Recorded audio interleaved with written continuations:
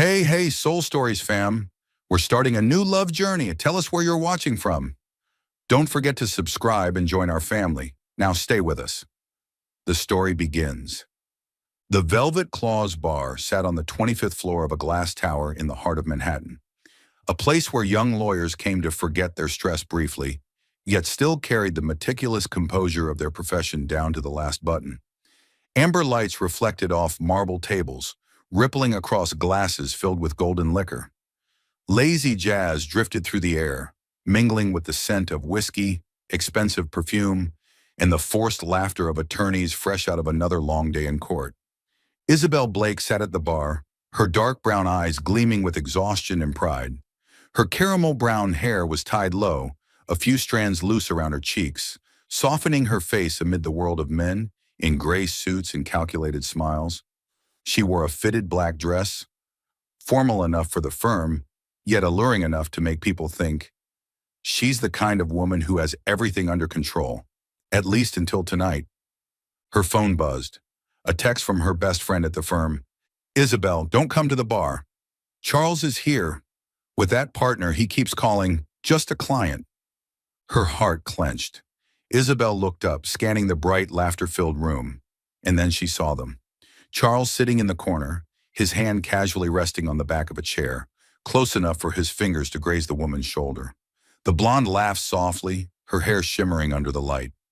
Isabel froze. It felt like the air had been sucked from her lungs. 3 years together, law school, internships, late nights building their careers side by side. And this was her reward? Charles looked up, catching her gaze. A flicker of guilt crossed his face before he stood, straightening his suit, confidence radiating from every line of his body. Isabel, what are you doing here?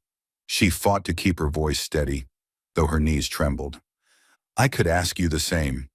The woman beside him adjusted her dress awkwardly, but Charles merely sighed, brushing back his perfectly styled hair. Don't make a scene. It's nothing. His tone was cold, the kind he used when dismissing demanding clients. She laughed.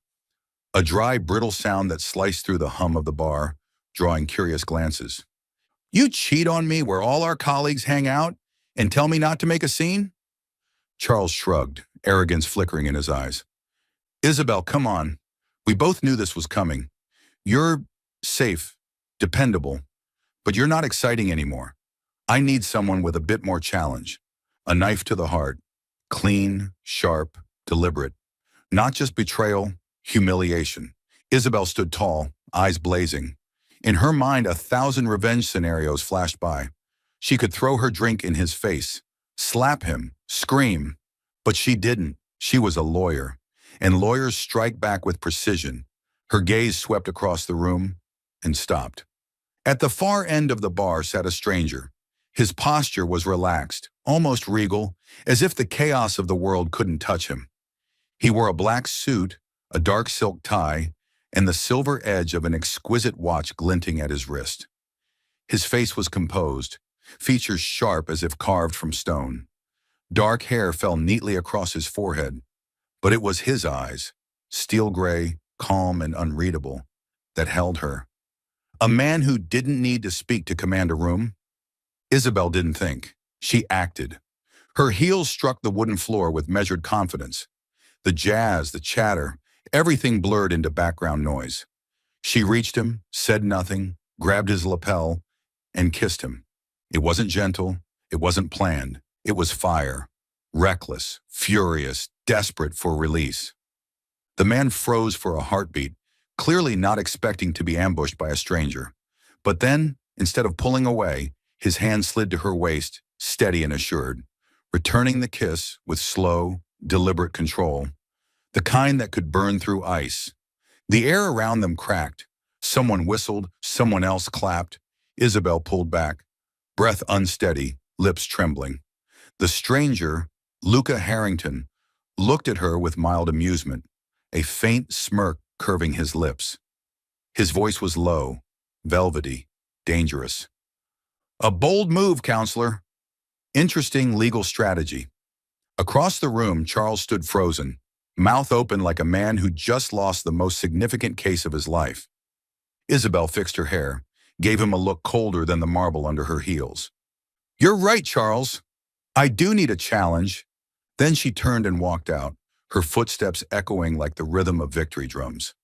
When the door closed behind her, laughter and music faded, leaving only the wild pounding of her heart. Out on the New York street, the night wind tangled in her hair. She tilted her head back, breathing deep. She had just kissed a stranger in front of her ex, and probably half the Manhattan legal scene. "I've officially lost my mind," she whispered, her lips still tingling with the taste of whiskey and an unfamiliar trace of mint. She swore she would never speak of it again. Never.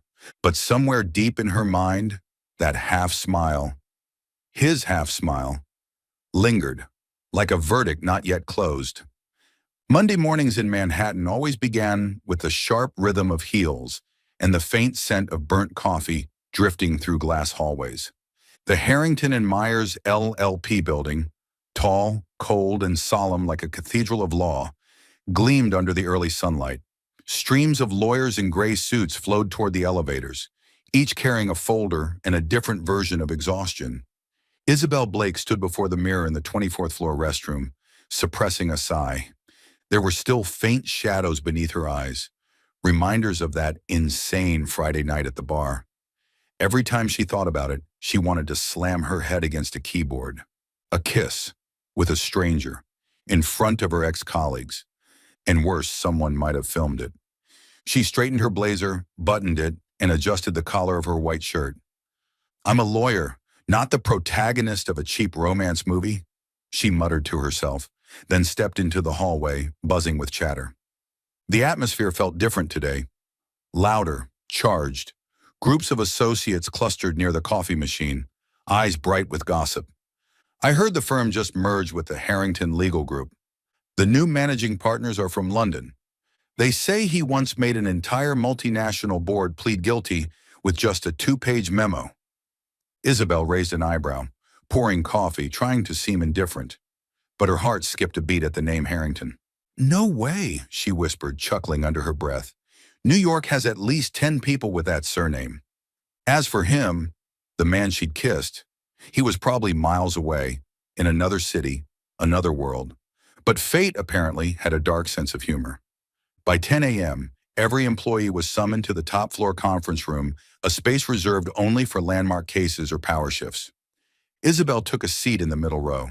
The room hummed with anticipation, whispers blending with the distant shimmer of the Hudson River outside the glass wall. Then came the sound of footsteps in the hall, steady, measured. Every head turned. The door opened. A man walked in, tall, composed, dressed in a perfectly tailored charcoal gray suit without a single wrinkle. Light caught the smooth line of his dark hair and the steel gray glint of his eyes. The kind of gaze that belonged to someone accustomed to making decisions and never backing down. Isabel felt her blood freeze. Her pulse faltered. That man, Luca Harrington. He stepped to the podium. "Good morning." His voice was low, calm, slicing through the room like a blade. "I'll be overseeing all litigation divisions starting today. I expect professionalism, precision, and above all, composure." Isabel almost dropped her pen. He wasn't just a stranger from the bar. He was her new boss. The room fell silent. Colleagues took notes, nodded politely, while she wanted nothing more than to vanish into her chair. In her mind, fragments of that night replayed like a film reel. The jazz, the scent of mint, the teasing half-smile, the pressure of his hand on her waist. "No, it can't be," Isabel whispered, her mouth dry. He scanned the room, his gaze sweeping from one face to another, until it stopped. On her, a beat of silence stretched, suspended in the air. His eyes stayed fixed, unreadable, but his lips curved ever so slightly, half amusement, half intrigue, as if she were a case file that had just become very interesting. Isabel tried to look away, but the harder she tried, the more she felt the weight of his gaze following her every slight movement. Then just when she thought the meeting was over, his voice cut through again. "Before we adjourn," heads turned. "Miss Blake," he said evenly, his tone smooth, deliberate, impossible to misinterpret. I trust you'll be less impulsive in the office. A moment of a stunned silence, the scrape of a chair, the faint clatter of a dropped pen, a few raised eyebrows. Isabel froze. Heat flushed to her face and her ears buzzed. Did he just? Less impulsive? Oh, God. He was referencing the kiss. She forced a tight smile, swallowing what might have been a groan of despair. Colleagues exchanged curious glances. One secretary leaned over and whispered, "Impulsive? What's going on between you two?" Isabel wanted to bang her head against the table. And Luca? He tilted his head slightly, expression calm, unbothered, but his eyes glimmered with a quiet, taunting amusement. That subtle smirk, the kind only men who knew precisely how much power they held, sent her nerves spinning. When the meeting finally ended, the staff poured out into the hallway like prisoners released from prison. Isabel remained seated, hands gripping her folder, heart pounding out of rhythm. She whispered to herself, "I need to quit. Now. Today." But then came the voice behind her, calm, deep, inescapable. "Miss Blake, my office. 5 minutes." She turned. Those cold, commanding eyes met hers, powerful, sharp, and dangerously unreadable. On the table, her coffee had gone cold. On her lips, the taste of humiliation lingered, mixed with something dangerously close to curiosity. Because deep down, Isabel knew. This Monday morning, the real trial had just begun. 3 days after the Monday morning trial, the office of Harrington and Myers was buzzing like a broken beehive. Rumors traveled faster than any verdict ever filed in court. She kissed the boss and got promoted. Guess who Harrington chose as his personal assistant? Isabel Blake, fastest career climb in legal history. Those whispers followed Isabel down every hallway, from the coffee machine to the copy room. Each step felt like walking through an unofficial jury, and yet Luca Harrington seemed to be enjoying the chaos. That morning, she was summoned to his office, the 30th floor, executive-only territory. Glass walls, sunlight spilling over polished oak floors, the faint scent of leather, and that familiar hint of mint that almost stole her breath. Luca stood with his back turned, gazing out the window. The city stretched beneath him, towers of steel gray, cars small as chess pieces.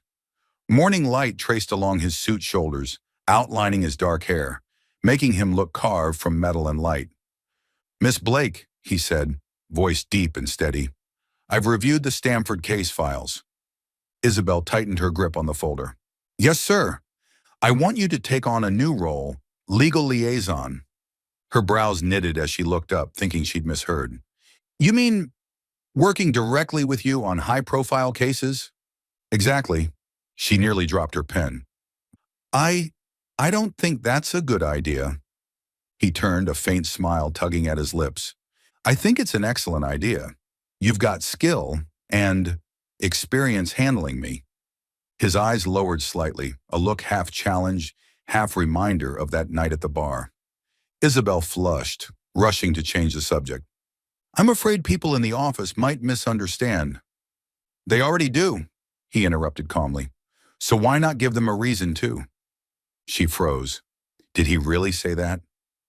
Sunlight pooled through the glass as Luca stood there, smiling faintly, as if this were just another move in a game of chess he'd already mastered. From that day on, Isabel Blake's name appeared on every significant project email.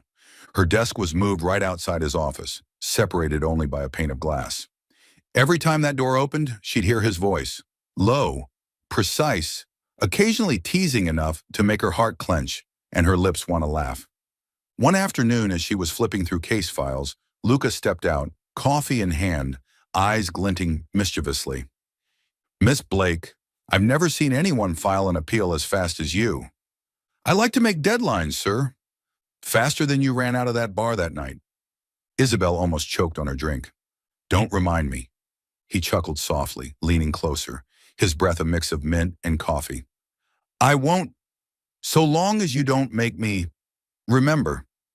She turned away, hiding the smile threatening to bloom, though her mind was in chaos. Part of her wanted to avoid him. Another part couldn't stay away from his dangerous wordplay. The whole office began watching them. Every time he called her in for a meeting, stares flashed like camera lights. One young associate whispered with a grin, "Congrats, Isabel. Promotion by lips?" Her reply was cool and sharp as glass. "No, by brains. The lips are only for arguments." That answer spread like wildfire, and from that day on, no one dared whisper in front of her again. But Luca heard about it, and he smiled. The smile of a man who just witnessed a lawyer capable of defending herself. Friday evening, the office emptied, hallway lights dimmed, leaving only the soft amber glow from his room. Isabel was packing up when his voice broke the quiet. "What do you think about the new contract draft? The confidentiality clause needs revision. You should let me adjust." "You should, huh?" he interrupted, stepping closer, voice lower. "I thought after that fateful kiss, we could drop the formalities." She froze, embarrassed and furious all at once. "That was an accident, not fate." "I'm still not convinced." They were close enough for her to feel his warmth. Light from the window brushed across his face in a soft golden hue. She swallowed hard, forcing her tone steady. "If you don't need anything else, I'll be leaving." "Isabel," he said her name quietly, for the first time without the cold distance. "I didn't choose you because of rumors. I chose you because I trust you. Don't forget that." The door closed softly behind her, leaving only the whisper of wind through the blinds, and a half smile that made her heartbeat trip. That night, back in her small apartment, Isabel stood before the mirror, fingertips brushing her lips. She was no longer the woman who bowed to hurt. She was caught in a strange battle, where reason fought desire, and her opponent was the one man who'd ever made her lose control. A sweet verdict, and she still didn't know whether she was the lawyer or the one being sentenced. Monday morning, the Harrington and Myers office looked like a battlefield. Every desk was buried under stacks of documents, coffee cups, and tense faces. Amid the chaos, Isabel Blake walked into the main conference room with her laptop, looking composed, though her eyes betrayed a bad feeling. Across the large screen glowed the title, "International Contract Restructuring. Harrington Lead Case," her first major case with Luca. And according to office rumors, it is one of the hottest deals of the year. The International Partner Corporation was renegotiating a contract worth hundreds of millions of dollars. A single misused word in the legal phrasing could cost them everything. Then Luca entered. Black suit, silver tie, eyes sharp and cold as a blade. Everyone immediately stood. "Sit," he said. "We have 72 hours to finalize the restructuring agreement." A wave of disbelief rippled through the room. Isabel froze, accidentally hitting the enter key too hard on her keyboard. 72 hours? She repeated, incredulous. "Do you think we're robots?" Luca didn't even blink. "I prefer the term highly efficient." The room went dead silent. One associate coughed, then quietly slipped away. Isabel crossed her arms. "I call that contractual forced labor." He glanced at her, one corner of his mouth lifting. "Then file a lawsuit, Counselor Blake." The tension cracked. Half the office tried not to laugh. The other half held their breath. Isabel just gave a dry smile, plugged in her headphones, and opened her laptop. "Fine. Watch me win this one. I'm counting on it." That night, the 30th floor glowed white under the office lights. Outside, Manhattan shimmered, rain streaking the glass walls. Inside, only two people remained. Luca sat at the head desk, suit jacket off, sleeves rolled up, his hands moving across the keyboard with surgical precision. Isabel swore even his typing sounded like evidence being built. Light spilled across his face, a rugged jawline, focused eyes, veins faintly visible on his wrist as he wrote notes by hand. Across from him, Isabel sat hunched over a wall of files. Her brown hair was loosely tied, a few strands falling to her shoulders. The silver frame of her glasses caught the monitor's glow. Her fingers flew over the keys, the silver ring on her hand tapping a steady tick-tick-tick, blending with the hum of the AC and the bitter scent of coffee. "Clause 42's a problem," she said, eyes still on the screen. "If we keep it as is, the partner company could pull out without paying penalties." Luca looked up, gaze razor sharp. "Solution?" "Add a line about contingent liability." and a comma in section 3. A comma? Sometimes a comma saves an entire company, Mr. Harrington. He paused for a beat, then nodded. Noted. Electric tension hummed between them. She shot him a teasing look. Planning to write noted and present it as your idea to the board later? If I did, would you sue me, Miss Blake? No, I'd record it. He chuckled, for the first time that night. That rare smile threw her off balance. Isabel looked down, typing faster, pretending not to notice the warmth rising to her cheeks. Near midnight, the mountain of files had thinned. The yellow desk lamp cast soft light over 2 tired figures. Isabel stretched her neck, muttering, "Do you ever sleep?" Without looking up, Luca replied, "Sleep is for the defeated. You should tell that to your therapist." "I would if you hadn't stolen my appointment slot." She blinked, caught off guard. Their eyes met. A quiet second between keystrokes and rain. Her voice softened. "I thought you didn't believe in people. Or feelings." "I don't.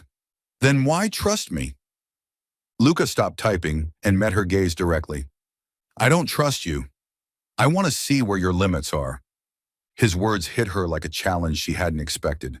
But in his eyes, for the first time, there was something else. A faint crack in the ice. She tilted her head, tone calm but daring. "Careful, Harrington. I'm very good at breaking limits."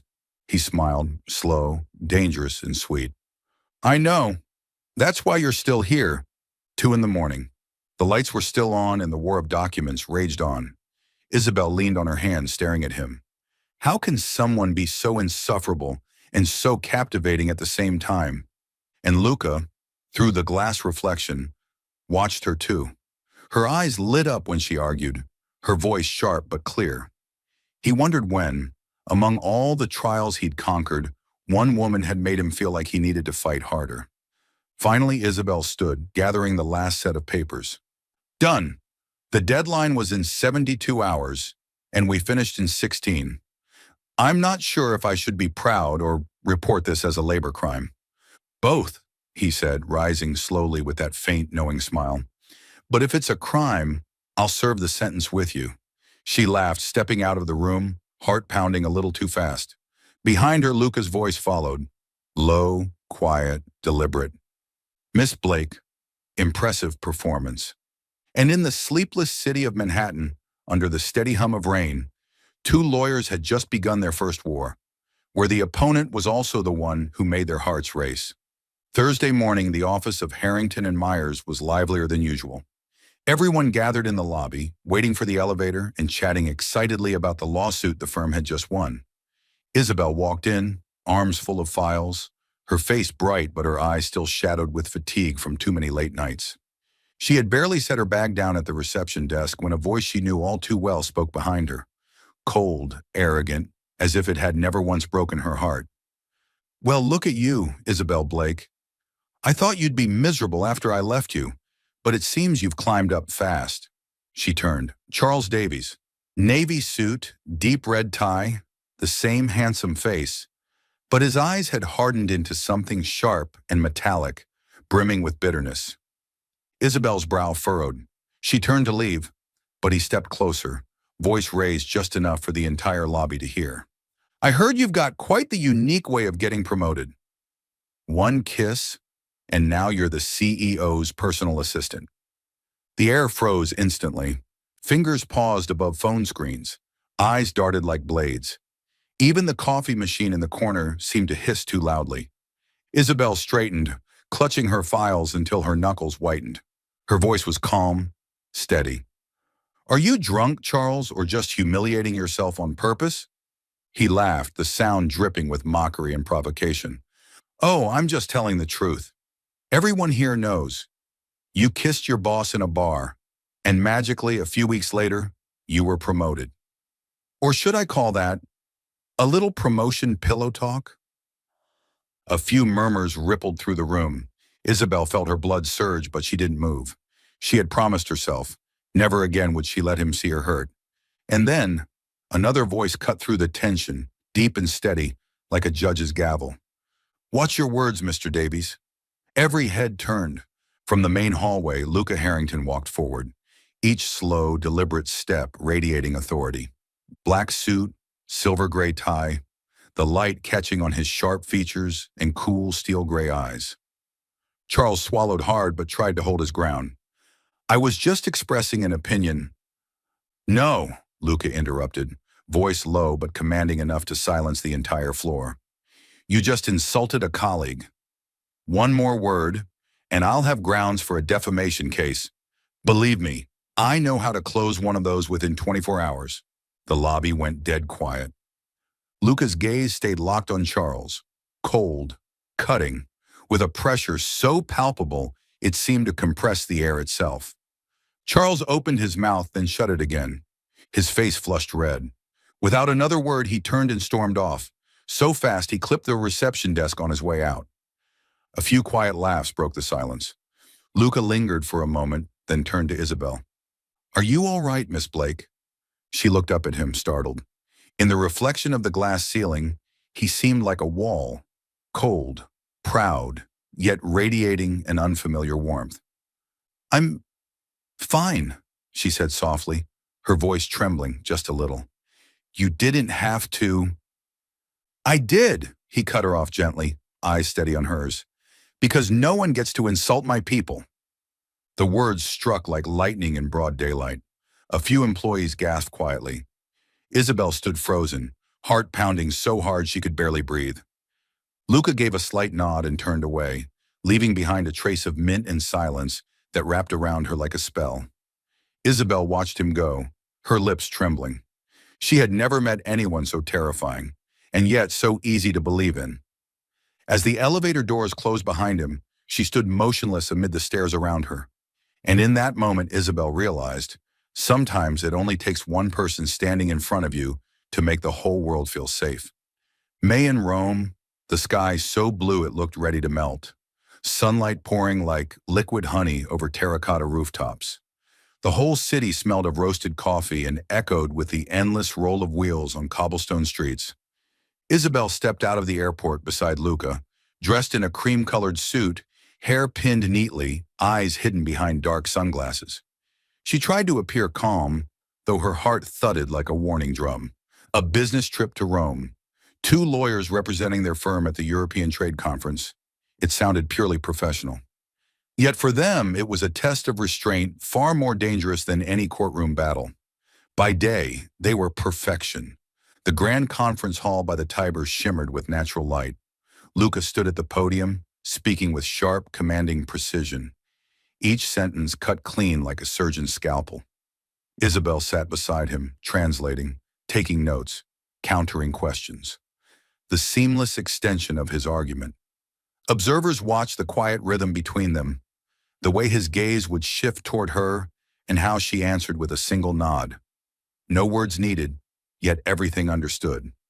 Your associate is impressive, one Italian lawyer remarked. She finishes your sentences. She corrects them, Luca replied, half serious, half playful, earning a ripple of laughter from the room. Isabel only pressed her lips together, pretending not to care. But deep down, a slight warmth flickered in her chest. He rarely praised anyone in public. By night, Rome changed its skin. The streets glowed gold under lantern light. The air carried the scent of pizza, gelato, and red wine drifting through narrow alleys. They left the conference dinner early, escaping the stiff conversations about trade clauses and arbitration. Luca had loosened his tie and undone his top button. Isabel had ditched her blazer, heels in hand, walking barefoot over ancient stones. This is the first time I've seen you look human, she teased, glancing sideways at him. I can't tell if I should be flattered or offended. Both. She grinned, handing him a pistachio gelato. Eat up, Mr. Ice-Cold CEO of law. He looked at the cone, then at her. I don't eat sweets. That's fine. More for me. She took a lick, wincing at the chill. He let out a low, genuine laugh, the kind that made her almost forget he was the nightmare boss of her office life. They wandered toward Piazza Navona, where a street violinist was playing La Vie en Rose. Isabel turned slowly, her skirt flaring as the night breeze swirled around her. Luca stood still, watching. The golden light softened his steel gray eyes. "You know something, Blake," he said quietly. "You really are different. I hope in a good way, in a way that keeps me awake." The air stilled between them.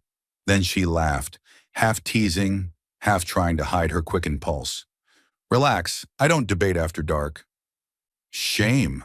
I was hoping to start an argument. They walked side by side until the square emptied, the music fading into the wind, their footsteps echoing against the centuries-old stone. Later that night, their hotel was perched on Aventine Hill, overlooking the shimmering Tiber. Isabel stood on the balcony in a robe, the night breeze threading through her hair, carrying the scent of lavender. Below, Rome slept beneath distant church bells. Luca appeared behind her, holding 2 glasses of wine. He handed her one, his voice low but softer than usual. Why me that night? She didn't need to ask which night he meant. The night at the bar. Isabel smiled faintly, swirling the amber liquid. Because you looked unbreakable. Unbreakable? His voice dropped, husky. I was breaking. And you looked like someone nothing could ever hurt. A silence fell heavy, unguarded. Only the wind spoke. Lucas set his glass down on the railing, stepped closer, close enough for the air between them to spark. And now, he murmured. She lifted her gaze. Brown met gray, 2 skies colliding. He leaned in, his breath brushing her lips, warm and uncertain, intoxicating. A heartbeat passed. Then he stopped. Luca inhaled sharply, eyes conflicted, hand tightening on the railing. If I kiss you now, Isabel, I won't be able to stop. She swallowed, her voice trembling just enough to betray her. Maybe this time I wouldn't run. He closed his eyes and then stepped back, restraint and longing warring in his expression. That's exactly why I shouldn't. Isabel stood frozen as the glass door clicked shut behind him. The night wind swept through her hair, cool and cruel, carrying the scent of wine and what might have been. In the city of love, they both understood. The most dangerous thing wasn't desire, it was the feeling that had started to feel real. That night, the office of Harrington and Myers was almost empty. Light from the glass panels spilled across the marble floor, stretching into long, lonely streaks. Only one room still glowed. Luca's office, a quiet island on the 30th floor, while the city below shimmered under amber streetlights. Isabel had only meant to drop off a few case files, but when she gently pushed the door open, she froze. Luca sat alone in the dimness, the soft glow of a desk lamp casting a gentle light across his face. In front of him lay an old photograph and a half-finished glass of whiskey. He hadn't noticed her enter. His voice, low and hoarse, broke the silence, more like he was speaking to himself than anyone else. Love is just a beautiful clause people forget to read. The words made her chest tighten. Isabel stayed still, hidden in the shadows. The light from the blinds swept across his face, every sharp line of control intact, except for his eyes. They were shattered. On the desk beside the photograph lay an old newspaper. The image showed a middle-aged man, Jonathan Harrington, the legendary attorney and founder of the firm, Luca's father. And suddenly she understood. The fragments she had collected, his cold precision, his obsession with control, the way he said, "I trust clauses more than people," all began to form a whole picture. The next morning, while sorting through the firm's internal archives, Isabel accidentally opened a company commemorative file, Founders and Families. Inside, an old article paid tribute to the late Mrs. Evelyn Harrington, the kind soul of the firm. A small line beneath it made her breath catch. Mrs. Evelyn Harrington passed away after a long battle with depression. She turned the page. A photo of the woman appeared, gentle eyes, a delicate smile. The same warmth she had seen in Luca's expression on his softest days. Below that, another photograph. Jonathan shaking hands with his young female assistant at an award ceremony. His hand rested on the woman's back. Intimate, careless, brazen.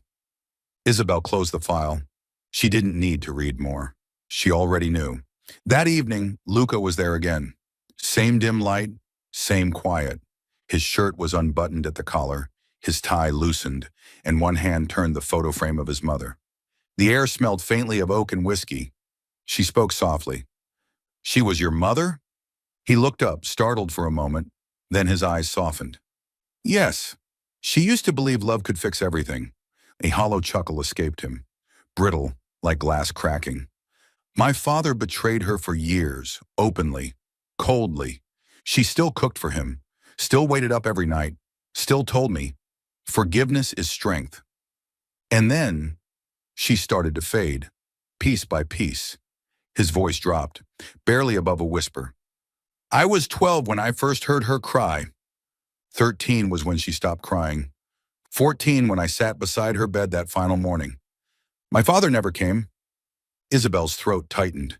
She had never heard him speak so much, or sound so unguarded. Since that day, he continued, his gaze drifting to the city lights, I learned that love is the worst contract humans ever sign. Its clauses are vague, its duration is uncertain, and there's no protection when it collapses. So I chose something else: law, logic, and control. The reflection of the city flickered over his face, cold, but his shoulders had lowered, as if bearing the weight of years he'd never shared. Isabel stepped closer and placed a hand gently on his shoulder. No words, no comfort, just a quiet touch, saying what words could not. You're not alone in this room anymore. Luca looked up. Their eyes met, and for a fleeting second, a light flickered between them. He didn't smile. He nodded and turned back to the photograph. Thank you, he murmured, almost to himself. And in that fragile instant, Isabel understood. Beneath the ice and iron logic, Luca Harrington was not a man incapable of feeling. He was still that 12-year-old boy, sitting in a silent house, watching his mother fade away under the weight of unreturned love. She said nothing, but her heart rendered its own verdict. It wasn't love that had broken him. It was the fear of loving again, the lifelong sentence written by his childhood. That evening, the 30th floor of Harrington and Myers glowed like a private celebration. The international case everyone thought would drag on for months had been closed in just 1 week, by Luca and Isabel. Not only did they win, but Legal World Review called it a historic rebuttal. Isabel stepped into his office, a stack of final documents in her arms. The room was softly lit, filled with the familiar scent of oak and mint, but tonight it felt different, warmer, lighter, like the breath that follows a storm. On his desk sat a chilled bottle of champagne, droplets sliding down the glass like tiny sparks under the light. We won, she said, her smile a mix of pride and exhaustion. No, Luca corrected, his gaze locked on hers. You won. I just watched. Isabel laughed, shaking her head. A compliment from Harrington. I should record this. You should, he replied, pouring the champagne, since it's rarer than snow in Rome. He handed her a glass. The bubbles rose and burst softly, filling the air with the scent of apples and vanilla. Their glasses met with a delicate ting that echoed across the quiet room. So, she asked, tilting her head, half teasing, half shy, Mr. Harrington, how do you usually celebrate victory? Luca paused, eyes shifting from his glass to her. Silence stretched. Then his voice dropped, low and deliberate. Like this. And before Isabel could ask what this meant, he stepped forward, set his glass down, and kissed her. It wasn't like that night at the bar. No laughter, no audience, no bitter taste of revenge. This kiss was slow, gentle, honest, so much so that she nearly forgot to breathe. He tasted faintly of champagne, warm, sweet, intoxicating. His hand cupped her cheek, thumb brushing the curve of her face as if afraid she might shatter. She closed her eyes, heart pounding, the sensation both strange and achingly familiar, like returning to a moment she'd once fled, but this time choosing to stay. He drew back slightly, close enough that his breath still mingled with hers. The city lights framed his gray eyes, now softer, stripped of power and pride. No games this time, he whispered. No contracts. No control. Just this. Isabel didn't answer. She smiled, faint, certain, and kissed him again. That second kiss felt like music. Two people who had clashed, broken, and fought to stay rational, finally surrendering to something real. It wasn't fierce. It was steady, like a quiet promise. I'm here, and I'm not running anymore. They parted, breaths entwined, the silence stretching in tender disbelief. Outside, Manhattan shimmered. Cars streamed below like veins of light. Inside, only soft jazz hummed from a Bluetooth speaker he'd forgotten to turn off. "You always make things dangerous," she murmured, still breathless. "And you," he said, smiling faintly, "make danger worth it." She looked at him, part scolding, part fondness in her eyes. "I won this case, remember? You were just a witness." "True," he nodded, "but I think I just signed another kind of deal, one with no exit clause." Isabel laughed softly, leaning her head against his shoulder. "You always need control, even over your feelings, don't you, Harrington?" "No," he said quietly. "With you, I just need trust." She lifted her gaze, and in that look, steady, unguarded, the man who once believed love was the riskiest clause of all finally began to learn what it meant to sign something with no paper, no seal, only his heart. The night drifted on, the champagne glasses emptied, the lights dimmed. A soft wind pressed against the windows, carrying the scent of rain. Isabel stepped out onto the balcony, the city glittering beneath her. The reflections danced in her hair like threads of gold. Luca stood behind her, hands in his pockets, watching, his eyes no longer cold. "The second kiss," she said softly, not turning around, "is often the confession people are too afraid to say out loud." He stepped closer, his voice low. "And to me, it's proof that I can trust again." Isabel turned, smiling, and beneath the glittering Manhattan skyline, their second kiss became more than a beginning. It was the gentlest verdict ever delivered to a man who once believed he had no heart. 3 weeks after their triumphant victory, the office of Harrington and Myers felt like it was buzzing under a strange new air. Loud, curious, and full of stares. No one talked about the international case anymore. They only talked about Isabel Blake and Luca Harrington, the firm's new power couple. Heard she slept with the boss to win that case. Talent? Please, she just seduced the right man. Each whisper was a needle to Isabel's chest. She tried to ignore it, burying herself in work. But every email, every half smirk in the hallway, every side glance made breathing harder. She knew Luca heard it too. He always heard everything. But he stayed silent. And that silence hurt more than the rumors themselves. Friday morning, as she stepped out of a conference room, a group of young associates snickered nearby. One of them said loudly enough for her to hear, "She's impressive, isn't she? Not only wins cases, but wins the boss's heart too." Isabel stopped. Slowly she turned, her gaze so cold that the man froze mid-grin. "If you meant I'm impressive, thank you. But if you meant to insult me, you might want to choose your words carefully before I file a defamation suit." No one said another word. But as she walked away, her chest tightened. She had believed that effort, intellect, and justice would protect her. But in this world, a woman's reputation could be shredded by nothing more than a kiss. That evening, she went to his office. The glass door was slightly ajar, warm amber light spilling into the hallway. Luca stood by the window, jacket off, hands in his pockets, the city lights glinting across the sharp bridge of his nose. He turned when he heard the door. "Isabel, we need to talk." She placed a white envelope on his desk. He looked down. A resignation letter. The air thickened instantly. "Is this a joke?" he asked, voice low. "No, it's the only thing I can do." "Because of a few rumors?" "Not a few, Luca." She lifted her chin, voice trembling but firm. "Because they erase everything I've worked for. I can't let my career be written off as the reward for being with you." He stepped closer, tone darkening. "I'll fix this. I'll make them stop." "How?" "Fire the entire office?" she said bitterly. "You think you can control everything, but you can't control how the world sees me." He clenched his jaw, eyes more wounded than angry. "Then I'll change that." "No," she whispered, shaking her head, eyes glistening. "That's the problem. You always try to change everything, and that's why they think I'm just another thing you've changed." Silence. The clock ticked on the wall.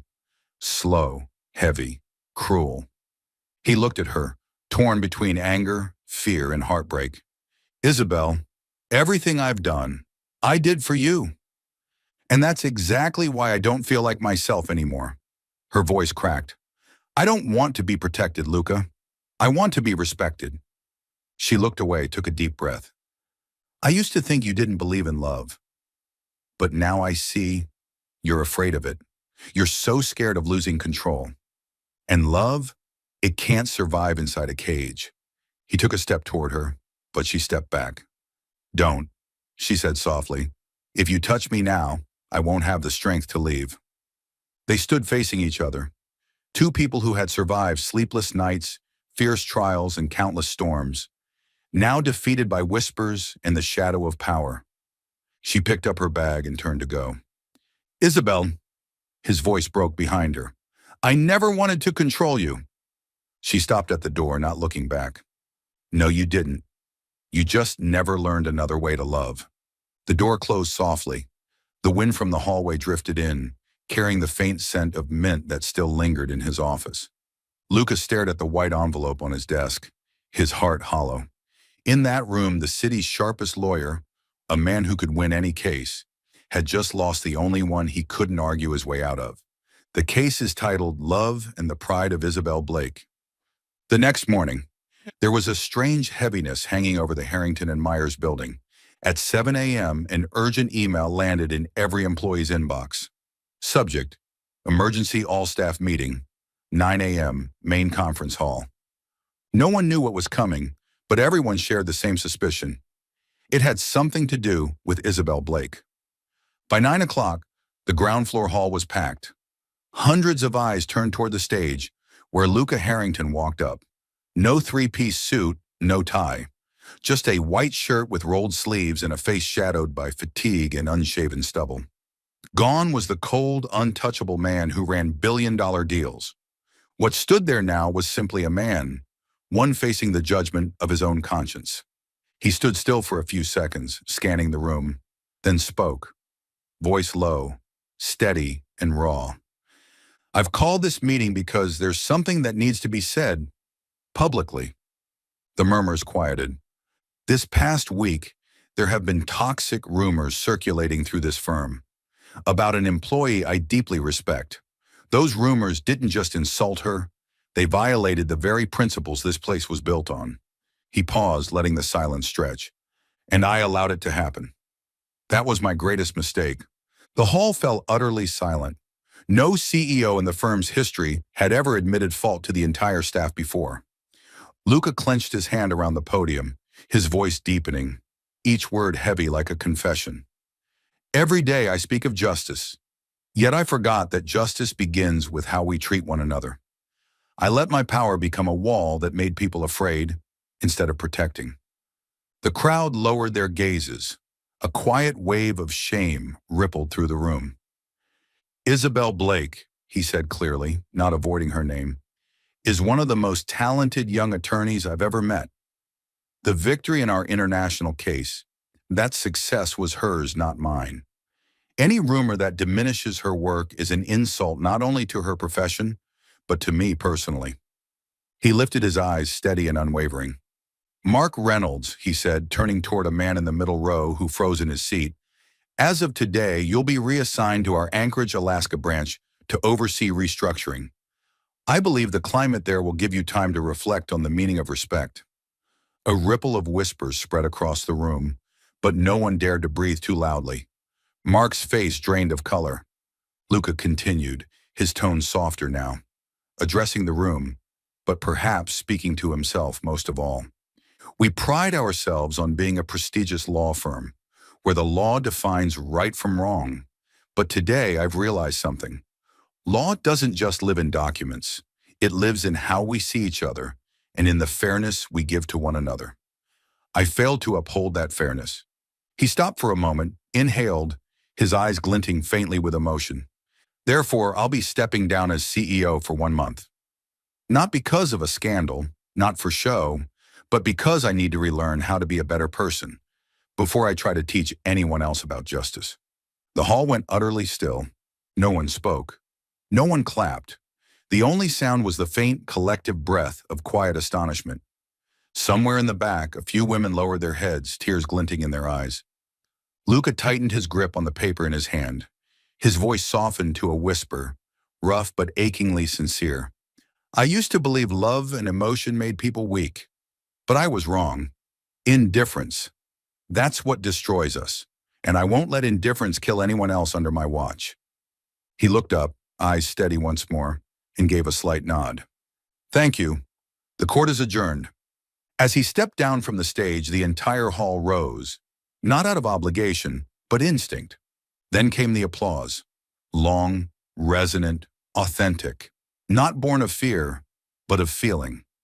At the very back, a solitary figure had been there all along. Isabel. No suit, no files. Just her, standing quietly, eyes shining with tears. She watched the man who once used law to hide his pain now place himself on trial, not before a judge, but before his own heart. And for the first time she understood. Luca Harrington had truly changed. He saw her. No words, no steps forward. Just a single silent look that said everything. Across the sea of people, they understood each other. Through one gaze, one truth. Not every ending is a goodbye. Sometimes it's the only way to begin again, with yourself. Late on a weekend afternoon, as sunlight brushed over the old rooftops of Brooklyn, Isabel heard a knock at the door. She opened it and froze. On her porch stood Luca Harrington.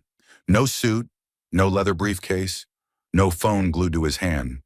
Just a gray sweater, dark jeans, and a bottle of cheap red wine she knew he'd never buy himself. The label crooked, the cap a twist off instead of cork. The sunlight fell slantwise across his face, through a mess of slightly tousled hair. He smiled, not the confident smile of a CEO, but something shy, hesitant, and heartbreakingly real. I heard that when you apologize, he said, voice rough, eyes meeting hers. You're supposed to bring wine, and maybe learn to knock instead of sending an email. Isabel laughed, half surprised, half moved. And here I thought you couldn't do anything without a schedule. I'm learning, he replied. Maybe you could let me practice for a month? A month, no contracts, no clauses, no signatures. Just a simple proposal to live like ordinary people. And so, in that little sunlit apartment, two people once known as courtroom legends began learning how to live again. In the mornings, they cooked together. Luca was hopeless. He cracked eggs that exploded in the pan, while Isabel laughed so hard she nearly choked on her coffee. You review hundreds of contracts a day, she teased. Contracts don't smoke, he said flatly. Thank God for kitchen ventilation, then. She taught him how to pick vegetables at the farmer's market. He inspected them like legal evidence, sniffing, turning, comparing each tomato. You know, she said, normal people choose vegetables with their hearts, not with warranty terms. My heart doesn't come with a refund policy. No, but it does come with an exchange option, if misused. He looked up at her then, and for the first time smiled. Not guarded, not sarcastic, just human. At night, they walked through the neighborhood, eating ice cream on the sidewalk, listening to live music drifting from the corner cafe. Luca listened as she told him about the first case she ever lost, how she'd cried in a courthouse restroom and promised herself never to give up again. He didn't interrupt, just squeezed her hand. Isabel, he said softly, if there's one thing I've learned this month, it's that control saves no one, but trust does. She smiled through the ache in her chest. And I've learned that not everyone in a suit is terrifying. They both laughed. Into the music, the smell of pizza from the corner, the kind of quiet evening neither had ever believed they'd deserve. But what she remembered most was the rainy night. They had just come back from the grocery store, arms full of essentials Luca had cataloged into a 3-page household expense agreement. To, as he said, ensure financial transparency and accountability. Isabel unfolded the document and read aloud between gasps of laughter. Clause 2, Section B. Almond milk shall only be purchased upon depletion of cow's milk. Clause 3. Chocolate may not be purchased after 9 p.m. unless justified with reasonable cause. She looked up at him, laughing so hard her eyes watered. Are you allergic to chaos? No, he said, dead serious. I'm allergic to uncertainty. Poor you, she teased, because I am uncertain. Then she tore the contract in half, tossing the pieces into the air like confetti. He watched, helpless, and then burst into genuine laughter, loud and unrestrained, echoing through the small kitchen with the sound of rain outside. All right, he said, breathless from laughing. I surrender. No clauses, no contracts, just you. Good, she said, stepping closer, because I don't sign paperwork for love. The days that followed were ordinary in the most extraordinary way. They argued about who should wash the dishes, got mad when he bought the wrong toothpaste, and made up over pizza and long hugs in the kitchen. Isabel realized that Luca, the man who once tried to control the world with reason, was learning to love through surrender. And she, who had once feared heartbreak, was learning to trust without proof. One afternoon, as the sunset painted the balcony gold, she leaned against his shoulder and whispered, "Just 1 month, huh?" "Yeah," he murmured, pressing a kiss to her forehead. "But maybe I'll file for an extension." She laughed softly. And in that moment, in their small apartment, filled with warmth and laughter, they became living proof that even those most afraid of love can learn how to love again, if they find the right person to believe in. It was a quiet morning, the kind that felt like a fresh breath after a long storm. The Harrington and Myers building glowed again, but the light was different this time. Not the cold corporate gold of ambition, but a softer, gentler brightness, the kind that spoke of renewal. Luca Harrington walked through the lobby, greeting employees with a nod that carried something new, a sense of ease. He had returned after his month off to learn how to be a better man. No one clapped, no one whispered, but every glance that met him had changed, from wary to genuinely respectful. In his hand was not a briefcase, but a small bouquet of chrysanthemum blossoms. Simple, faintly fragrant, the kind of scent he knew could make a woman smile. She was upstairs in the small conference room beside the architectural model of a new project. Her brown hair was tied high, her eyes steady and bright. But today her smile held something deeper, peace and quiet strength. He knocked. His voice came low, calm. "Miss Blake, I heard you have a proposal to present." Isabel turned, caught off guard for a heartbeat. "I didn't think you'd come this early." "A reformed CEO always shows up on time," he said with a half smile. She placed a folder on the table. Her tone was steady, but emotion flickered in her eyes. "This is the Evelyn Foundation." He froze. The name, his mother's, was written in bold across the cover. His hand brushed the paper, his heart suddenly light. Isabel spoke gently, each word clear as a promise. "It's a free legal aid center for women who've suffered abuse, children without representation, and anyone without power. I want it to bear her name, Evelyn Harrington, because she believed love could heal and that justice should protect, not punish." The room fell silent. Sunlight streamed through the glass wall, glowing across the wooden table between them. Luca skimmed the proposal. The paragraphs were sharp and logical, yet in the margins, her handwriting softened the edges. Free counseling for victims. Law workshops for young girls. He looked up. The gray in his eyes had warmed, softened by something he hadn't felt in years. "Isabel," his voice cracked slightly, "you did all this for my mother?" "For your mother," she said softly, "and for you. Because I believe there's still a part of her heart inside you." He didn't answer. He didn't need to. Something inside him, the fear, the pride, the grief, quietly dissolved, leaving behind only gratitude. Then she said it, the one thing he didn't expect. "I don't want to be your employee anymore." His brows lifted. "I want to be your equal, your partner. I don't need your protection, Luca. I want to build something with you." He blinked, half amused. "You're negotiating the terms already?" "Maybe," she smiled. "First clause, I have the right to say no. Second clause, that we start over. Not as boss and employee, but as two people who believe in the same thing." He exhaled, smiling for real this time, the rare, unguarded kind that reached his eyes. He uncapped his pen and signed the first page. Then he set it down and looked at her, voice steady, gentle. Then let's sign this contract of love and law. Isabel laughed through her tears.